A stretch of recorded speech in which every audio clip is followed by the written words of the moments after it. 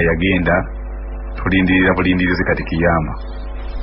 Kati buvunanyizibwa bwange buvunanyizibwa bwo buvunanyizibwa bwa ffenna okwagala okumanya. Njagala mukkirize abawuliriza abaffe abalungi era abasomi baffe ab'olulango nti omusomo gwaffe gwe tugenda okwanjula era gwe tugenda okutambulirako obudde bwaffe bwonna, musomo gwaffe guli nti at-ta'ammulaatu, okwetegereza n'okwekenneenya fi maani suwaril kiswari, amakulu agasangibwa mu ssuula zaffe zino ennyempimpi. Naye nga bulijjo tosobola kuyingira mu kintu ky'otategedde, era sigenda kutandikirawo kuyingira mu ta'ammulaatu nga tosoose kutegeera ebintu ebikulu ennyo ebyetoololera ku Qur'ani ey'ekitiibwa.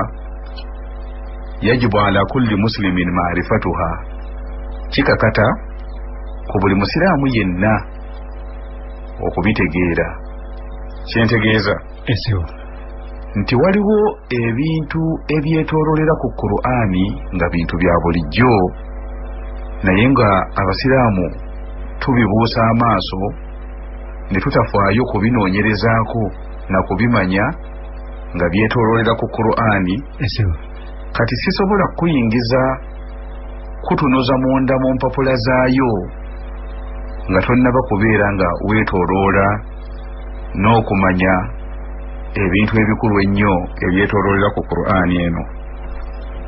Kkiriza tutandike okunnyonnyola kye bayita taarifu, tutandike okutegeeza ekiyitibwa Qur'ani kye ki, kubanga tojja kulowooza nti nno ogenda kusoma Qur'ani naye nga bagenda kubuuza nti Qur'ani eyo gy'osoma kiki, tuwulira bamukiyita Qur'ani kyo kyeki.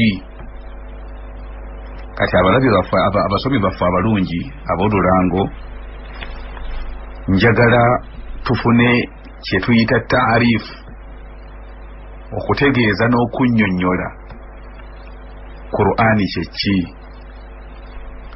Abamanyi baffe ab'ebitiibwa bagezaako okutuwa definition y'ekigambo Qur'ani, okunnyonnyoka obulungi ekigambo Qur'ani, bagezaako okutuwa kyekitegeeza mu makubo agawerako. Naye nze ngenda kukozesa ennyinyonnyola eya Sheekh gye yakozesa nga ntonotono. Sheekh oyo Sheekh ono bamuyita Abubakari Razi, yakozesa ennyinyonnyola entonotono naye nga emalayo ekitegeezebwa oba ekinnyonnyo ekitegeerekeka n'ekigambo Qur'ani. Yagamba nti ekiyitibwa Qur'ani sooka okiggyemu amakulu abiri. Waliwo okukinoonyerezaako mu makulu ag'olulimi. Ekiyitibwa Qur'ani mu lulimi Oluwarabu ebeera nsibuko ya kikolwa kara'a kitegeeza yasoma, yakra'u asoma, Qur'anan olusoma. Kati ekigambo Qur'ani kitegeeza olusoma nga yensibuko ey'ekikolwa kara'a.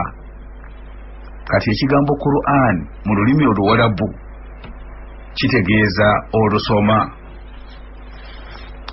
Lwaki Qur'ani lwaki ekitabo kino gyetugenda okutunulamu, lwaki bakiyita Qur'ani? Bakiyita Qur'ani likathurati kiraatihi, olw'obuyitirivu obw'okukisoma. Kisomwa nnyo mu nsi eno yonna, kyekitabo ekikyasinza okubeera nga kisomwa nnyo, kisomwa ntakira. Lwakubaatuliza yakisoma kitono kwe kukiyita Qur'an. Era y'ensonga lwaki abatuwuliriza tubakubiriza nti Qur'ani eyo gye mulaba mujjeeyo ekigendererwa ekikulu ekyagituumisa Qur'ani buyitirivu bwa kugisoma. Naye bwe tuba tugenze mu irimu ey'okumanya mu Busiraamu kye bayita Qur'ani kye ki, kye bayita Qur'ani kye kino. Kye bayita Qur'ani Sheikh wange yagamba nti kye kitabo kya Allah. Kye bayita Qur'ani kye kitabo kya Allah oba kalamullahi, bye bigambo bya Allah almunazzal ala nabiyina Muhammad, ebyassibwa ku nabbi waffe Muhammad nziramu. Huwa kalamullahi, bye bigambo bya Allah almunazzal ala sayyidina Muhammad, ebyassibwa ku mukama waffe nabbi Muhammadi sallallahu alayhi wa sallama. Almaktubu fil maswahif, ng'ebitabo ebyo ebigambo ebyo byawandiikibwa mu muzingo ogw'empapula ogumu gwe tuyita omuswafu, omushafu. Almutaabbadu bitilawatihi, bwe tubanga tubisoma tubalibwa nga tuli mu ibaada. Owekitiibwa mpuliriza, bwe tubanga tubisoma tubalibwa nga tuli mu ibaada. Bwe tubanga tuzzeeko katono emabega okusinziira mu kunnyonnyola kw'omumanyi waffe ono, atutegeeza nti ekigambo ekyeyagendeddemu nti kalamullahi, bye bigambo bya Allah.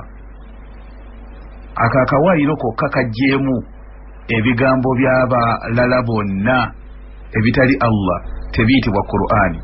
Ebigambo by'abalala bonna abatali Allah nga si Allah, ebigambo byabwe tebiyitibwa Qur'ani. Toddira bigambo by'abamalayika n'obiyita Qur'ani, toddira bigambo by'abannabbi n'obiyita Qur'ani, toddira bigambo by'amajinni n'obiyita Qur'ani, toddira bigambo by'abantu aba bulijjo, abantu gundi oba omuntu gundi, ebigambo byabwe n'obiyita Qur'ani. Ekiyitibwa Qur'ani biba bigambo bya Allah. Kati n'ebigambo bya Allah bingi nnyo, era ebigambo bya Allah tosobola kubimalayo. Abaffe byonna byonna ebigambo bya Allah tunaabiyita Qur'ani? Nedda. Kano akawaayiro atajjamu n'agamba nti almunazzal, ebigambo bya Allah biyassa, kiba kitegeeza nti Allah alina ebigambo bye yasirikira era n'atabyogera n'atabitumanyisa natumanyisa. Ebigambo bya Allah ebyo bingi. Ebyo ebigambo bya Allah ebingi bye byagenderera mu aya egamba nti law kana albaharu midada, senga ennyanja z'olaba ku nsi kuno kwonna zifuuka bwino, likalimaati rabbi, nga zigenda bwino oyo agenda kuwandiika bigambo bya Mukama Katonda wange, lanafida albaharu, ennyanja zonna zandikalidde. Nezire nene ziredi si ennyanja zandikalidde ng'ebigambo bya Mukama Katonda wange tebinnaggwaayo. Kiba kitegeeza nti ebigambo bya Allah bingi, nga ne mu bigambo bya Allah ebyo ebingi mwe muli ebyo bye yeesigaliza n'atabyogera. Abaffe bye yeesigaliza n'atabyogera tunaabiyita Qur'ani? Nedda, tebiyitibwa Qur'ani. Ebigambo bya Allah ebiyitibwa Qur'ani byebyo ebyassibwa, bye yayogera, bye biyitibwa Qur'ani. Naye tugenda ne tulaba ng'ate waliwo ebigambo bye yayogera nga bingi byetaaga okujjamu. Tubijjamu na kawaayiro ki?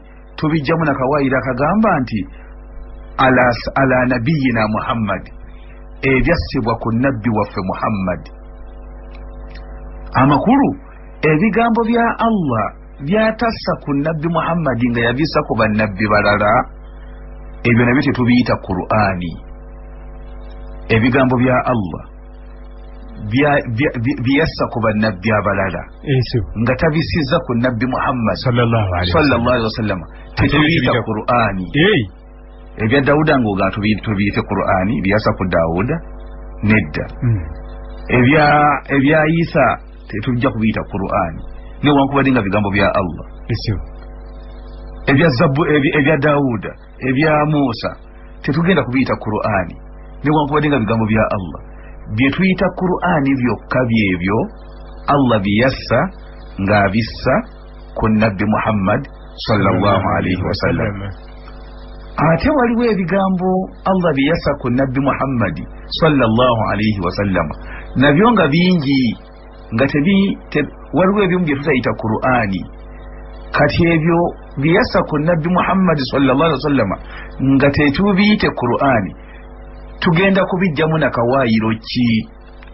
Tugenda kubijjamu na kawaayiro akagamba nti biwasifati Jibuliru ebyassibwa ku Muhammad ebinaayitibwa Qur'ani byebyo ebyayitira ku Jibuliru yennyini. Allah byassa nga abiyisiza ku Jibuliru kiba kitegeeza nti byassa nga tabiyisiriza byassa ku Muhammad nga tabiyisiriza ku Jibuliru nga tebiyise ku Jibuliru tetugenda kubiyita Qur'ani nabyo gyebiri maleka Jibril yayita obubaka wa nabbi naye waliwo ebigambo Allah byassa ku Muhammad sallallahu alaihi wasallam nga tebiyise ku Jibuliru. Webiba tebiyise ku Jibuliru toyina wogenda bisanga mu Qur'ani. Kansooke nkuwa ekyokulabirako mpulira teriyo atamanyi muffe ffenna basiraamu abampuliriza teriyo atamanyi nti omubaka Muhammad sallallahu alaihi wasallam yalinnyisibwa mu ggulu n'atuukira ddala okumpi n'omutonzi we era omutonzi we n'amulaalikako esswala 50 yamulaalikako 5 ne yeegayirira ne bazikendeeza paka lwezaafuuka 5. awo tuli ffenna ebyo ebigambo tewaaliwo Jibuliru mu kumulaalikako 5 paka lweyeegayirira ne bazikendeeza paka okufuuka 5 tewaaliwo Jibuliru. Era mu butabaawo kwa Jibuliru ebigambo ebyo tolina wobisanga mu Qur'ani. Sisobola kugaa nti bikula suula gundi olabe nga zasooka kuba 5 ne yeegayirira paka lwezaafuuka 5. Ebyo ebigambo newankubadde nga babitusomesa nga bigambo Allah yabitulaalikako 5 paka lwe baazikendera ne zifuuka 5 toyina suula yonna mwoyinza zisanga nga babyogeddeko. Lwaki? Kubanga ebiyitibwa Qur'ani byebigambo bya Allah byeyatuma byeyassa ku Muhammad sallallahu alaihi wasallam nga biyitira ku Jibuliru. Byonna ebitayitira ku Jibuliru naye nga bubaka bwa Allah si Qur'ani. Tuli ffenna njagala abawuliriza ekyo bakitegeere bulungi nti ekiyitibwa Qur'ani byebigambo bya Allah byassa ku nabbi Muhammad sallallahu alaihi wasallam nga biyitira ku Jibuliru biwasifati Jibuliru. Ebitayitira ku Jibuliru si Qur'ani. Ekirala ebigambo ebyayitira ku Jibuliru biteekeddwa okubeera nga maktubun fil mushaf nga byawandiikibwa mu muswafu mu muzingo ogw'empapula ezino ze tuyina gwe tuyita omuswafu nga mwe bawandiika ebigambo ebyo al mutaabbadu bitilawatihi nga bwe tuba tubisoma byetukozesa okusinza bw'okusoma okubisoma kwaffe tubalibwa nga tuba mu ibaada tuba tusinza.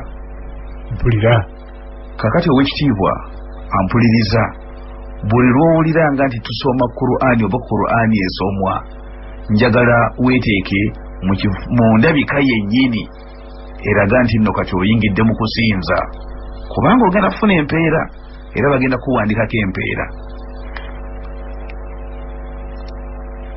Bwe tuba nga tutegedde ennyinyonnyola ya Qur'ani kye ki era sisobola kutwala mu kuyingira kutandika kumanya makulu gaayo okujjako nga nkutegeezaako ne kumanya gaayo.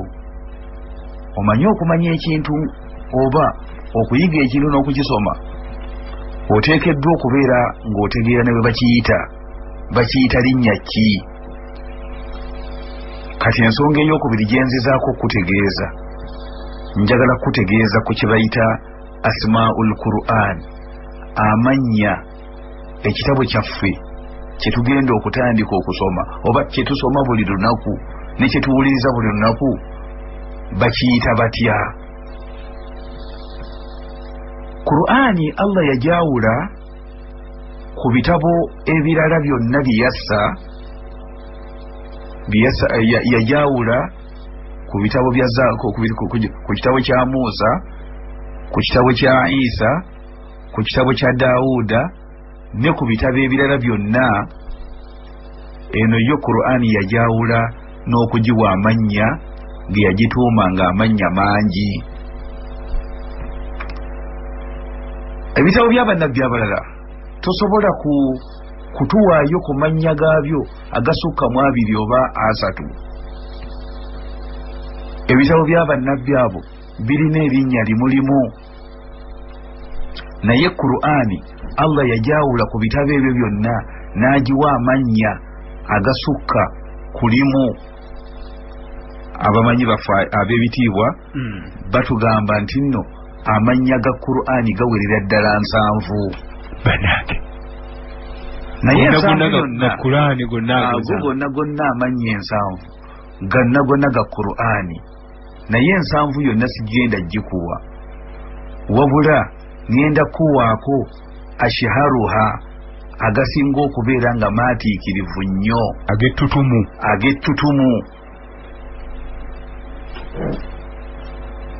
Ekyo nno bwe kiba nga kiri bwe kityo nti Qur'ani erina amannya agawera bwe gatyo, bwe kiba nga kirina kye kiraga hatha wa indalla ala shay'in, ekyokubeera ne Qur'ani okubeera n'amannya amangi bwe gatyo bwe kiba nga kirina kye kiraga innama yadullu ala sharafihi wa ta'zimihi. Bakyole bati mu Luganda ekintu kyonna buli kiba nga kirina amannya mangi obawo ensonga. Buli ekintu kyonna Imamu agambye nti buli ekintu kyonna bwe kiba nga kirina amannya amangi kitegeeza nti waliwo ensonga. Ate nno Omuwarabu ye agamba kathratul asma'i tadullu ala sharafil musamma. Obwitirivu bw'amannya bulaga nti ekyo kibayisa amannya amangi kintu kya bbeeyi, kintu kya kitiibwa. Omuntu wano ewaffe mu Buganda gwe balaba nti muntu wa bbeeyi wa kitiibwa ye Kabaka, naye omanya amannya gaalina. Gwe balaba nga muntu wa bbeeyi wa kitiibwa nnyo ye Kabaka wano, naye omanya amannya gaalina. Kakatono menyerayoko agamenye embazi no erisinga okwenyumira agamenye embazi n'okuyunga binyumira nnyo kubanga embazi temala gamenyeka mumu naye akulaga nti agimenya n'agiddamu n'agiyunga. Magulu nyondo chochu musota nantawetwa nti maaso moji enkwezi kolera Buganda abazirengera bulungi ati chochu kakati pologoma buli omulaba kati kathratul asma'i obungi bw'amannya tadullu ala sharafil musamma buba bulaga kitiibwa kyoyo gwe bagayita. Kati Qur'ani bwebanga erina amannya bwe gatyo mangi bwe gatyo kiba kiraga nti nno kye tulina owekitiibwa mpuliriza ekitabo ky'olina oba okirina waggulu ku kabada oba okirina kunyumiriza kijja eyo kikubeko enfuufu. Njagala omanye nti olina ekitabo kya kitiibwa nnyo. Mu mannya ga Qur'ani amalungi era agasinga okubeera ag'ettutumu okusooka kwa byonna erinnya erisooka kwe kukiyita al-Qur'anu. Qur'ani singa okumanya eyo gye tumusinga okumanya. Era nababulidde nti kiki ekyagiyisa Qur'ani bwa buyitirivu bwa kugisoma n'amakulu g'ekigambo Qur'ani nenga kubulira nti nno kiva mu kikolwa qara'a yakra'u Qur'ana bimaana nti yasoma asoma olusoma ekyagiyisa olusoma buyitirivu bwakugisoma. Naawe nkukubiriza nkugamba yitiriza nnyo gisoma ya Rabbi.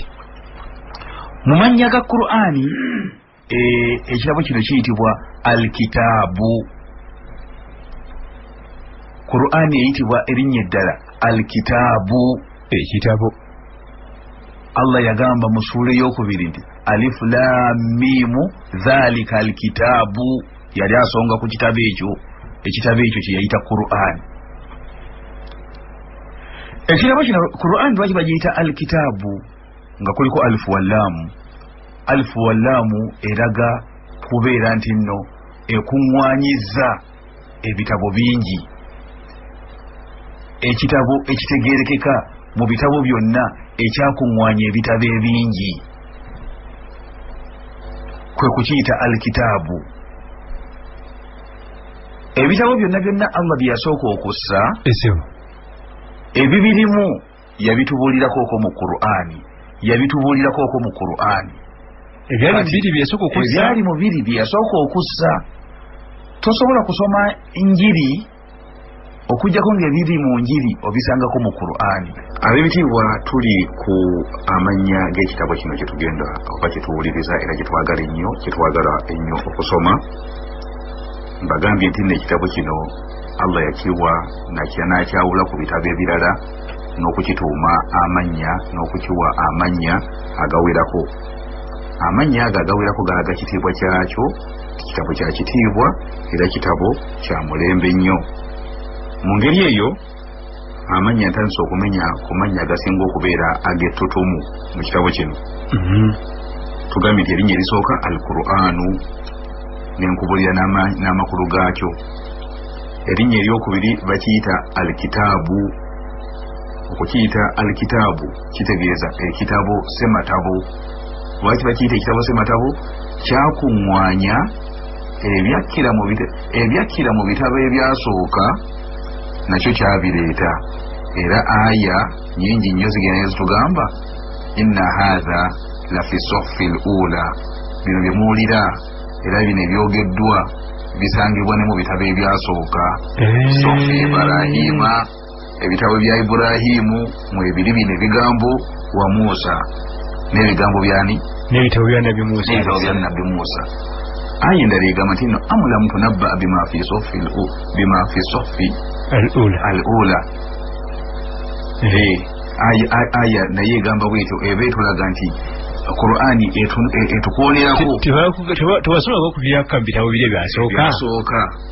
Bwebanga tewabisomaako ogenda bisomerako nawano ogenda bisoma bwebeera mugumu. Kati kino ekitabo kyakuŋŋwanya ebitabo ebigambo ebyassibwa mu bitabo biri ebyasooka. Erinnya eddala lyenjagala okuwa mu mannya ag'ettutumu ku kitabo kino, erinnya eddala kino bakiyita Al-Furqaanu. Nayo lya ttutumu. Era Allah subhanahu wa ta'ala yakyatuukiriza n'erinnya eryo mu aya negamba nti tabaraka alladhi nazzala al-furqana ala abdihi liyakuna lil'alamina nadhira. Eyo surati al-Furqan.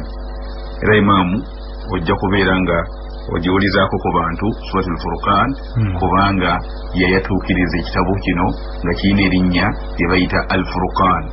Erinnya Al-Furqan litegeeza ki? Erinnya Al-Furqan litegeeza ekyawula.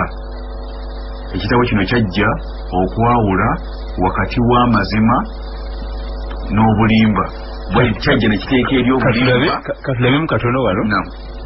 Bismillahir Rahmanir Rahim. تبارك الذي نزل الفرقان على عبده ليكون للعالمين نذيرا. Yesula yennyini gyenjagala. Yayatuukiriza yayatuukiriza ekitabo kino nga bwe kiyitibwa erinnya eryo Al-Furqan. Al-Furqan kitegeeza ki? Kiva mu kigambo farraka yufarriku furqan. Kyekintu ekyayawula obulimba nekizze obulimba ebbali nekirekawo amazima ameereere. Qur'ani buli kyonna ekyayogerwa mu Qur'ani mazima meereere. Obulimba babwawula ye Furqan. bas mu manya g'ekitabo kino ag'ettutumu ky'ekitabo kiyitibwa azzikiru. Ekiyitibwa zikiru kyeki kye bayita zikiru kitegeeza okutendereza. Ekitabo kino bakiyita azzikiru. Zikiru amakulu gaakyo kitegeeza ki? Kitegeeza okutendereza. Lwaki bakiyita zikiru? Ekikiyisa zikiru kubanga buli lw'okibikkula n'oba ng'osoma obalibwa nti otendereza Mukama Katonda, era y'ensonga lwaki buli lw'okisoma ofuna empeera kubanga obalibwa nti nno oli mu kutendereza. Allah yagamba nga yatuukiriza mu kitabo kino Qur'ani erinnya eryo ng'alikyatuukiriza nga linnya lyakyo ti inna nahanu nazzalna dhikra wa inna lahu lahafidhun. Amakulu nti nno ffe twassa Qur'ani eno yagiyita dhikr, inna nahanu nazzalna dhikra, ffe twassa Qur'ani eno wa inna lahu lahafidhun. Era amazima buvunaanyizibwa bwaffe, ffe tulina obuvunaanyizibwa obw'okugikuuma. Era Qur'ani eri mu kukuumwa kwa Allah subhanahu wa ta'ala, yagyeyimirirwa ekiba nti ajja gikuuma. Newankubadde nga waliwo obuzibu obusoomooza butya, naye Allah yeeyimirira Qur'ani eno okubeera nga agikuuma. Mu mannya ago njagala okkirize nkuweeyo erinnya, nze lyengenda okusembayo nalyo naye ng'ekyayina amannya mangi. Eyo njagadde kulaga ti ekitabo kye tulina ekya Qur'ani Allah yakiwa amannya mangi. Nkuwaddeyo amannya 6 gokka naye ng'amannya gasinga waawo. Gano amannya genkuwadde ge gasinga okubeera ag'ettotomu ku kitabo kino. Erinnya genjagala okusembayo nayo kino ekitabo kiyita al-wahyu. Kye bayita al-wahyu. Wahyu kyeki? Wahyu bwe bubaka, okubikkulirwa kw'obubaka. Kino ekitabo buli lw'okisoma kituufu ddala oba oli ku bubaka oba osoma bubaka. Kyova olaba nga buli yenna akisoma oba buli yenna akirina Allah nga yakikuwa ng'okirina mu bwongo bwo oba ku mutima oba ku mutwe. Nabbi yagamba nti nno man utiya al-Qur'an, omuntu yenna aba yaweebwa Qur'ani fakad utiya nubuwa, aba yaweebwa bwannabbi bulamba. Man utiya al-Qur'an, omuntu yenna eyaweebwa Qur'an fakad utiya nubuwa, aba yaweebwa bwannabbi bulamba. Illa annahu lam yuha ilayhi, wabula enjawulo gy'alina n'ennabbi oli nti abatakkibwako Jibuliiru, abatakkibwako Jibuliiru alayhi salaam. Naye nga bw'oba ng'osoma Qur'ani njagala omanye nti nno oba osoma bubaka bwa Allah. Ab'ebitibwa okusinziza ku mannya ago n'amalala agakyasigaddeyo, njagadde kulaga nti nno ekitabo kye tulina kitabo kya muwendo nnyo, kitabo kya kitiibwa. Mu by'okuyiga ebikulu ennyo omusiraamu by'otasaanye kusubwa wadde okuleka ebbali bw'obanga osoma Qur'ani. Njagala okimanye omubaka Qur'ani eno yagifuna atya? Kaifa talakka rasulu sallallahu alayhi wa sallama al-Qur'an. Omubaka Qur'ani eno okugifuna yagifuna atya? Abamu balina endowooza entegeera oba endowooza egamba nti ekitabo kyaleebeeta okuva mu ggulu ne kimugwako bepa iyo Qur'ani agifunye. Abamu balowooza nti Qur'ani engeri gye kiri kitabo ekyava mu ggulu, ndowooza na Muhammad sallallahu alayhi wa sallam yali atudde bw'atudde obanga agalamidde bw'agalamidde, n'ayingirawo nakyo n'akimuleetera nti kitabo kyo kiikyo nga kiwedde okuwandiikwa. Nedda.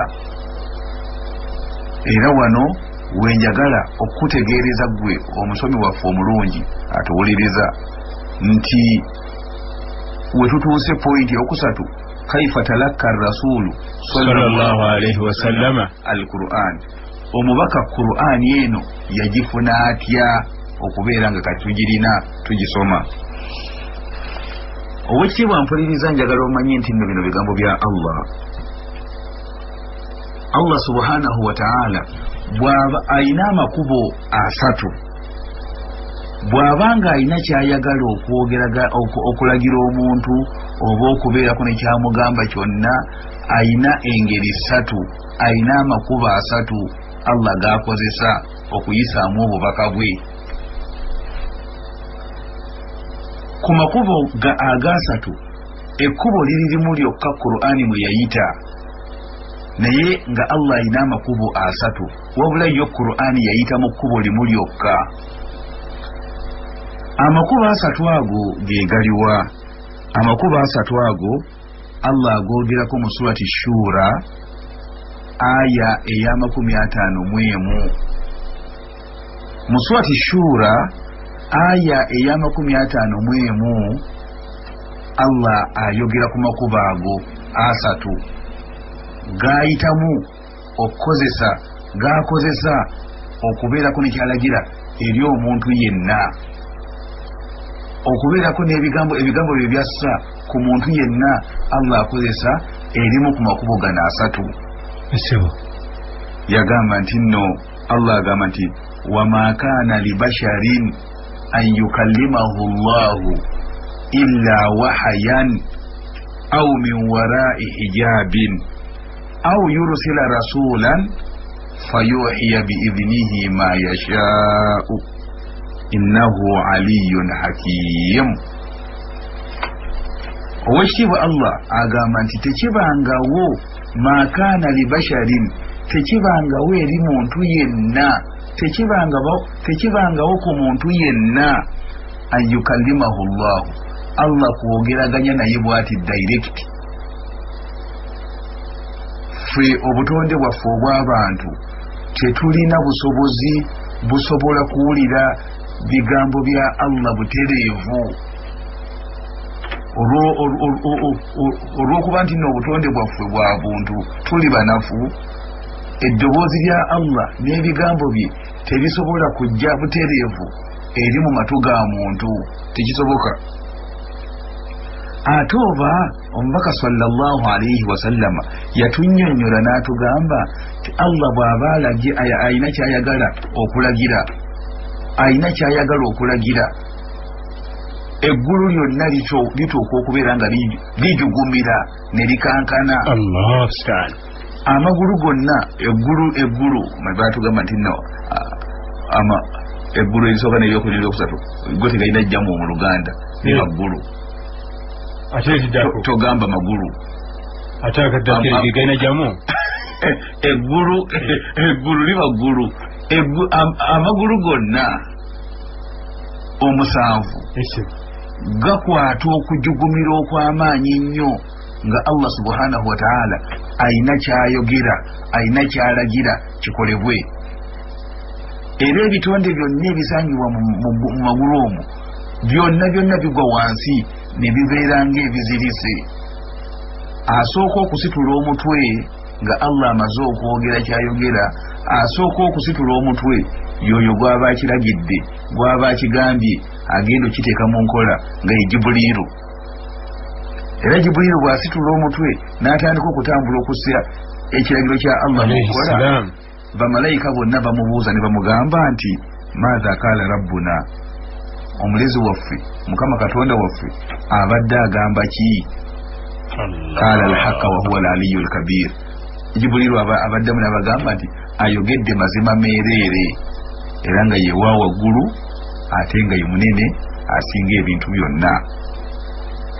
Kati nkugamba nti Allah subhanahu wa ta'ala tekibangawo ku muntu yenna Allah kwogeraganya naye direct, tekisoboka. Wabula wabanga anakikola illa wahayan, okujjako ebiragiro bye ayinza kubiyisa mu ndooto. ekkubo ly'okuloota oba ery'okuloosa Allah alikozesa nnyo wabanga alina kyalagira omuntu. Bwe tulaba nabbi Ibrahimu mu kumulagira okusala omwana bamuyisa mu ndooto. Kati ekkubo ly'okuloota Allah aliyisizaamu nnyo bw'abanga alina kyalagira omuntu. Weetaba kkubo lya kuloota awo min warai hijaabi, oba okubeera nga ayisa eddoboozi lye nga liyita emabega w'ejjigi. Amakulu ng'omuntu awulira buwulizi ddoboozi eriba liyise mu magigi agawerako okusobola okubeera nga liwola okutuuka ku ssa eriwulirwa lisobole okuwola limutuukako nga limuyuza buyuza. Allah ayisa eddoboozi n'aliyisa min warail hijaabi, emabega w'ejjigi amagigi agawerako, eddoboozi ligenda okumutuukako nga liwoze liri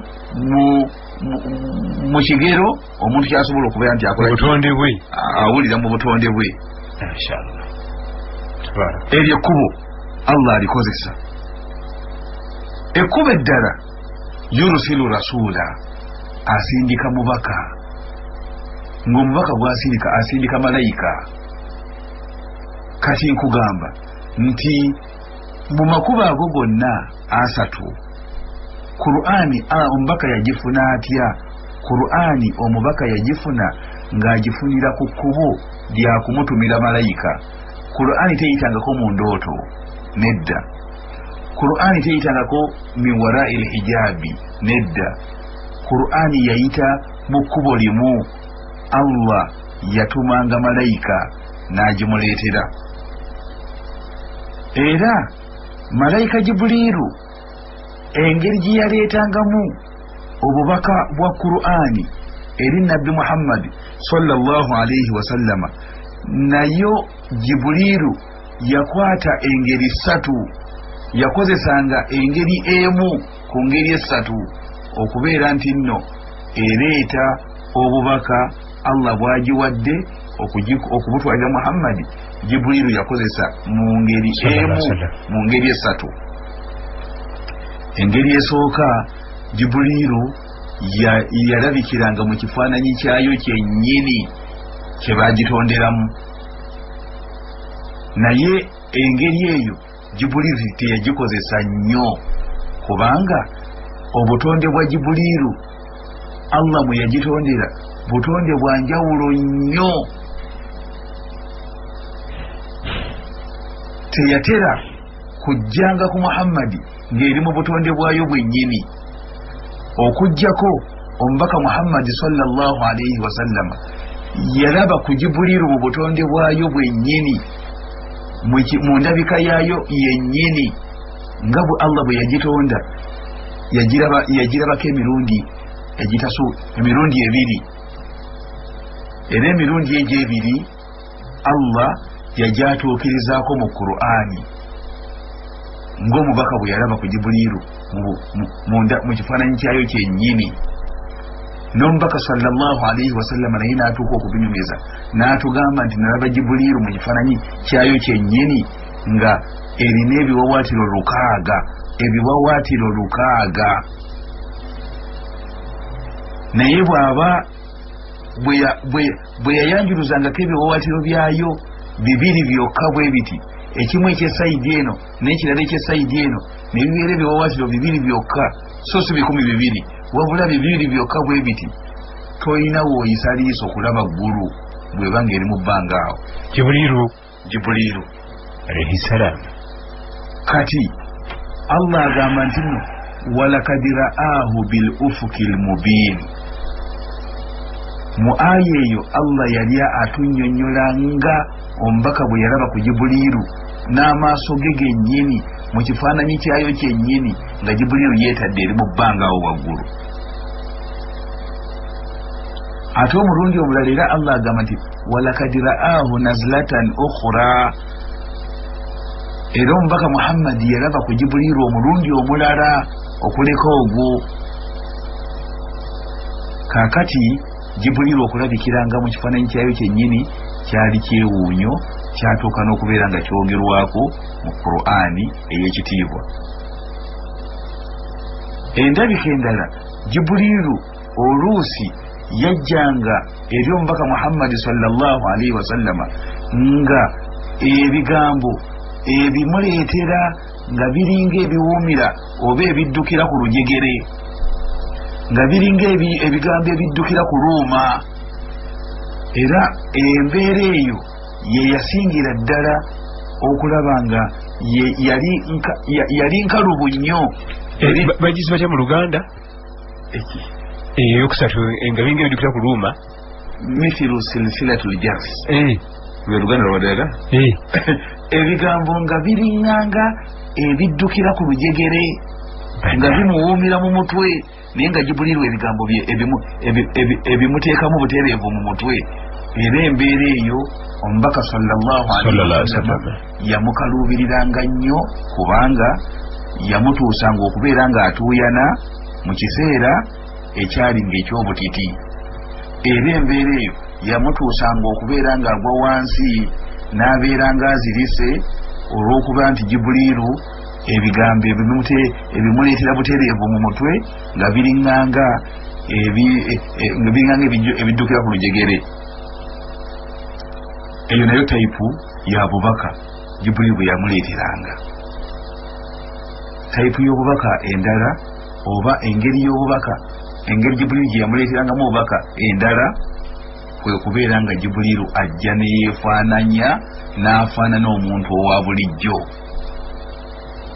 nga Jibuliru alabika nga muntu wa bulijjo, n'atuula ne Muhammad sallallahu alaihi wasallama babeera nga banyumya, naye nga mu kunyumya okwo abaamuwa bubaka bwa Allah. Ye nabbi nga ategeera nti kati ndina Jibuliru, ye nga nabbi ategeera nga alina Jibuliru, naye nga abantu abalala Jibuliru mu ngeri y'okugira mu kifaananyi ky'omuntu yajjiranga mu bifaananyi by'abantu nga basatu.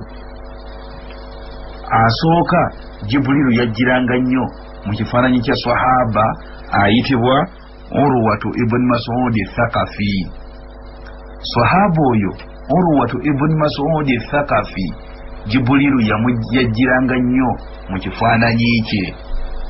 Abantu abalala balabanga nabbi atudde ne Urwa ibn Mas'ud Thaqafi, so nga ate atudde na Jibuliru.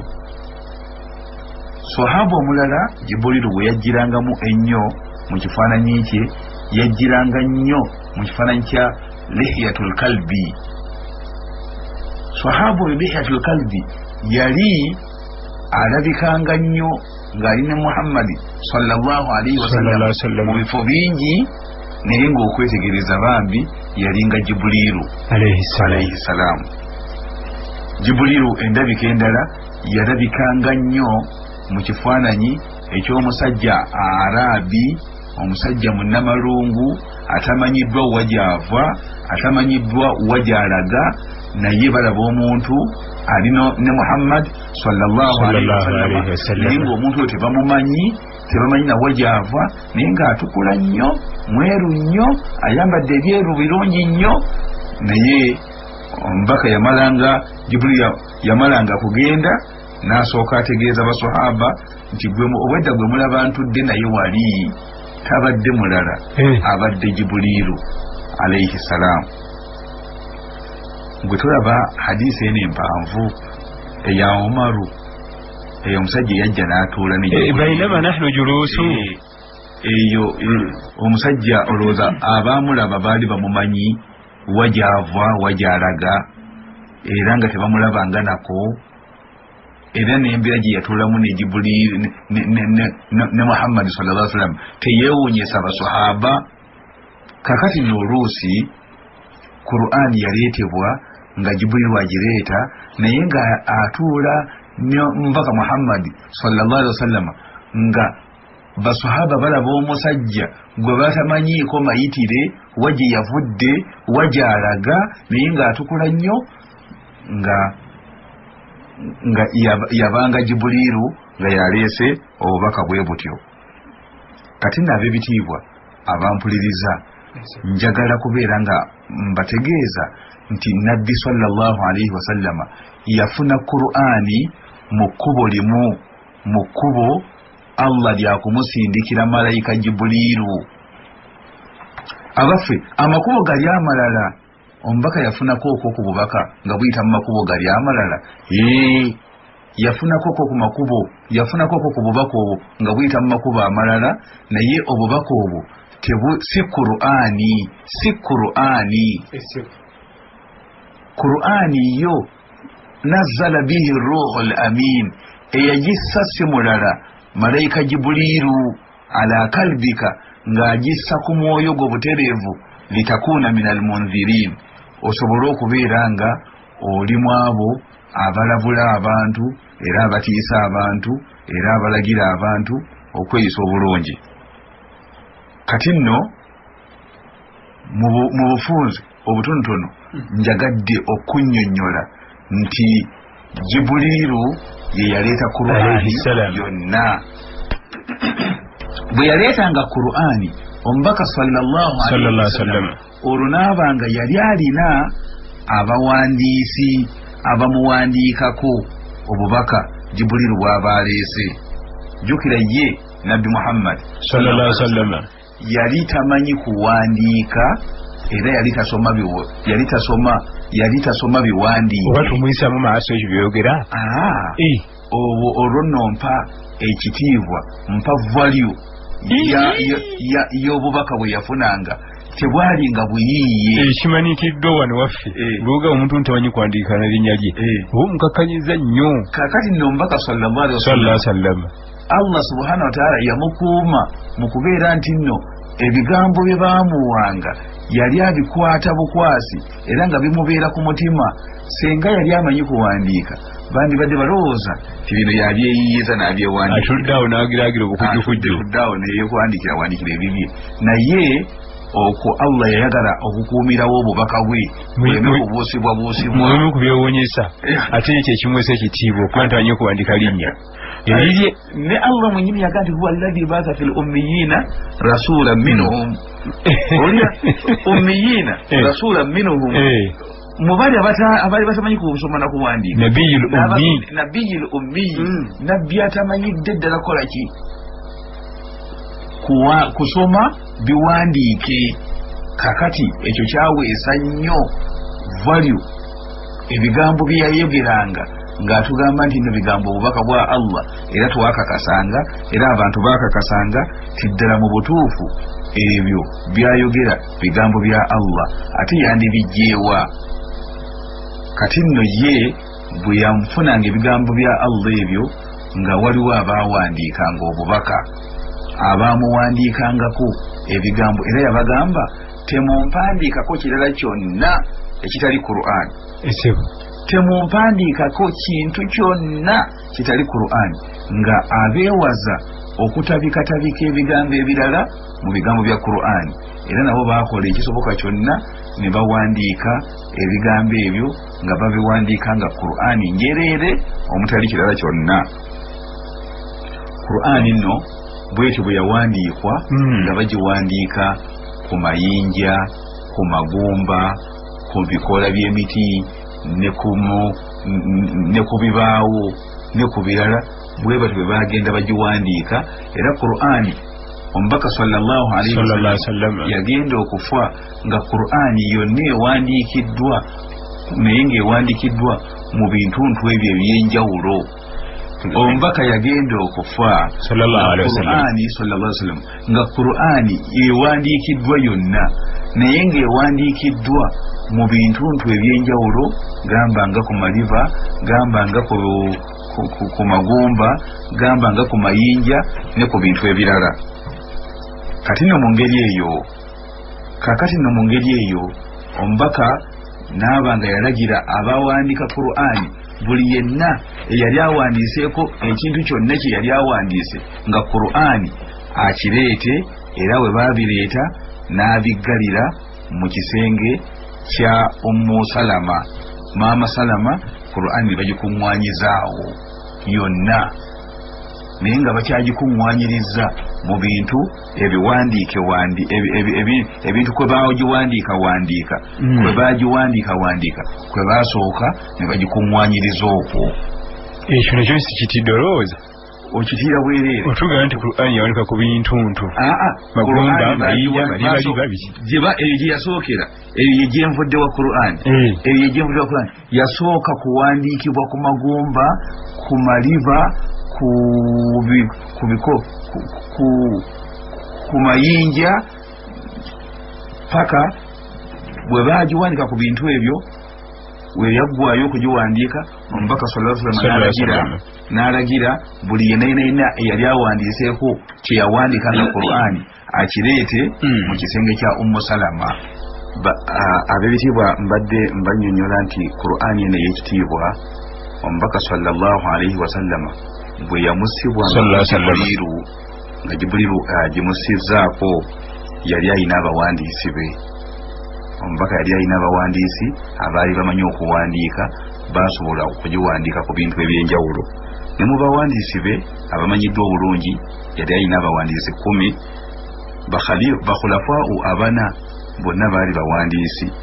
Abubakar yali awandiika, Umaru yali awandiika, Uthmani yali awandiika, ne Aliyu ibn Abi Talib naye yali awandiika. Kwaba abana yongerako bano Zaid ibn Thabit yali muwandiisi wa Abubakar, Ubay ibn Ka'b yali naye awandiika Abubakar, Muawiya ibn Abi Sufyan yali awandiika Abubakar, Khalid ibn Walid naye yali muwandiisi badde manyi mu byantalo oyo naye sebo yali muwandiisi wa Abubakar, Abban ibn Sa'id naye yali muwandiisi wa Abubakar, ne Thabit ibn Qais naye yali muwandiisi wa Abubakar. Kakati abo we bawandiikanga kye bawandiikanga nga Qur'ani basobola okukikuumanga butiribiri, era omubaka sallallahu alaihi wasallama yatuuse ekiseera bye bawandiika n'abitumya n'abiyisaayo ne babiggalira mu kisenge kimu. Okwo nno kwe kwali okukuŋŋwanya okwa Qur'ani omulundi ogwasooka. Qur'ani bwetyo bwe yakuŋŋwana omulundi ogwasooka. Oluvannyuma Qur'ani baagijja ku ebyo ne bagizza mu muzingo ogw'empapulo ogumu ku mulembe gwa Abubakari radiyallahu anhu. Abubakari Qur'ani eyo gye yasooka okuwandiika Qur'ani ng'agiteeka mu muzingo ogw'empapulo ogumu. Oluvannyuma ku mulembe gwa Uthmani Qur'ani baddamu ne bagiwandiika okugigabanya ebitundu eby'obusiraamu byonna n'ebeerera ddala nga ejjiddwamu kopi eziwerako. Qur'ani yagenda erinnya mpola mpola mu ngeri y'okukulaakulana paka kati ero gye tuli olwaleero. Kati olwaleero esibwa ku siddi, olwaleero esibwa ku fulashi, olwaleero esibwa ku bintu bingi nnyo okwetambulira kati. Era okwo konna tewali bwa bidia bwawo. Oli ayinza nti eyo bidia, tewali bwa bidia bwawo okwo kukulaakulanya kintu ekirina ensibuko yaakyo gye kyasibuka okubeera ku mubaka Muhammad sallallahu alaihi wasallama. Kakati ne mu ngeri eyo njagadde okubannyonnyola ku butya mubaka sallallahu alaihi wasallama bwe yafuna Qur'ani eno naffe eno okusobola okubeera nga tugifuna. Biizinillah nja kubeera nga nnyinnyonnyola ekigenda okuddako okubannyonnyola bayanu awwalu ma nazala min al-Qur'ani wa akhiru ma nazala min al-Qur'ani. Okubannyonnyola kiki ekyatandikirwako bwe yali ekkayi basookera ku ki, era kiki ekyasembayo nakyo tubeere nga tukimanya bulungi. Akimu amasuulita nga mwagadde nnyo kubanga alondodde nnyo omusomo okuva gye gwavudde paka lwetugutuusizza wano. Kakati abuuzizza nti Jibuliilu yajjiranga mu kifaananyi kya sahaba oli ye teyalingawo kubanga bali bajja kuba babiri ate ye teyalingawo. Barakallahu fiikum jazakallahu khayr. Nja kwebaza abawuliriza baffe abalungi era abasomyi baffe abalungi abasobodde okutulondoola n'okutambula naffe omusomo gwaffe okuva gye gwatandikidde paka eno gye gwewunzikidde. Nja kubeera nga nzira ku kibuuzo ekyabuuzibwa ekyasoose nti abaffe Jibuliilu yajjiranga mu kifaananyi ky'abasahaba bali abaffe bo basahaba tebaabangawo okumanya nti ono nga bali babiri ati tukola ekigambo. Jibuliilu bwe yalinga ajja okulabikira mu kifaananyi kya sahaba yenna kuba n'ababiri yamala kulaba nti nno oli ali mu mirimu gye mirala n'alabikira mu kifaananyi kyono sikuleeta toyoleke sikuleeta buzibu obwo era yensonga lwaki basahaba bamanyanga nti wamma oli gwe tubadde tulowooza nti nno gundi tabadde gundi abadde yekolera mirimu gye oli abadde Jibuliiru yabadde atudde n'omubaka Muhammad sallallahu alaihi wasallam.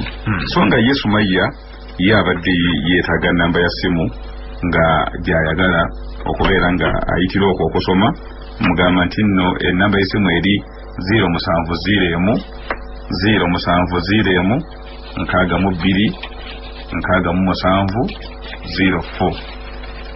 Musa Nyanzi ngambye nti nno ekitabo kino Qur'ani kyekitabo ekyajja, kitabo kyetengeredde sikuŋŋaaniro wabula kitabo kyetengeredde nga kitabo kyasibwa ku Nabbi Muhammad sallallahu alaihi wasallama, wabula omukisa Qur'ani gwe yatuwaffe abasomi baayo nti twasobola okufunako okwo ku bigambo ebyassibwa mu bitabo biri ebyasooka, si kuŋŋaaniro lya bitabo byonna wabula yo Qur'ani kitabo kyetengeredde.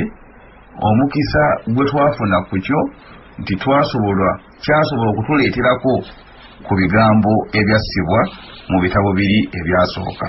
Wa barakallahu fiikum. Sikuŋŋaaniro okusooka byonna nja kubeera nga ntumira buli yenna abadde ku musomo gwaffe guno ng'aguwuliriza okuva gye gwatandikidde paka gye gwewunzikidde okoze kya ttendo, era ekyo ky'okoze tekikoleka mutiitiizi. Barakallahu fiik wa jazakumullahu khaira. Kanzitanye nzirako okutubira oyo alemereddwa okwebaka olw'okubeera nti nno obudde buno butuuse bugenze sinnaba kudda, ate era ng'akyatonola paka lwennakola ki lwenayingirawo. Sawa Allah subhanahu wa ta'ala musasule mu bulungi bwereere.